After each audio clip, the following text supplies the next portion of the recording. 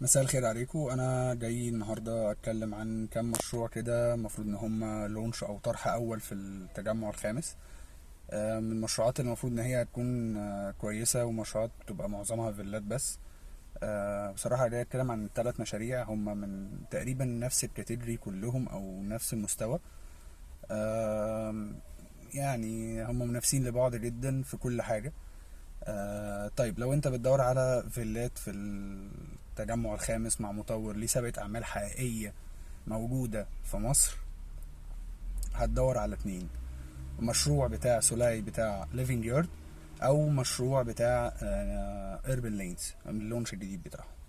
طيب لو انت بتدور على واهتمامك الأكبر بالمساحة، ان انت بتدور على مساحة وتقسيمات والجو ده كله، وان انت تاخد مساحة صافية جدا، والمساحة دي مش موجودة تقريبا في التجمع بقالها فترة كبيرة.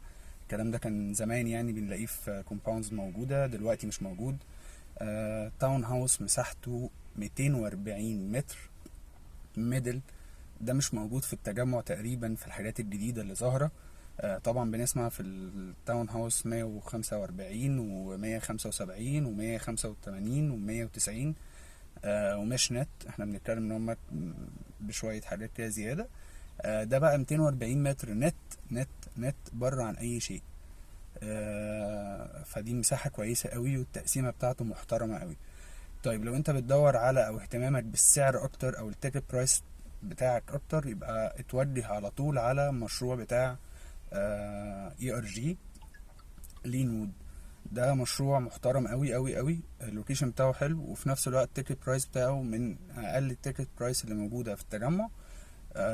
بيقدم كواليتي كويسة، بس احنا لسه لغاية دلوقتي ما شفناش حاجة على أرض الواقع بالنسبة للكومباوند. ليه سابقة أعمال بس معظمها شراكات وعماير والحاجات دي كلها. ف يعني هو هيطلع برودكت محترم. لو انت اهتمامك اكتر يعني فكرة اللوكيشن، هما التلاتة بصراحة اللوكيشن بتاعهم حلو. كل واحدة فيها واخدة ديستنيشن معينة، يعني واحد واخد ناحية الرحاب، واحد واخد ناحية اللوتس او اللي هو السنتر بتاع التجمع الخامس كله، جنب ذا فيوز. التالت في الجولدن سكوير. فاللوكيشن التلاتة هما كويسين ومحترمين، وفي نفس الوقت بيقدموا برودكت محترم. ما تضيعش الفرصة. شادي شيردي معاك، تيم ليدر في شركة استرال. شكرا جدا.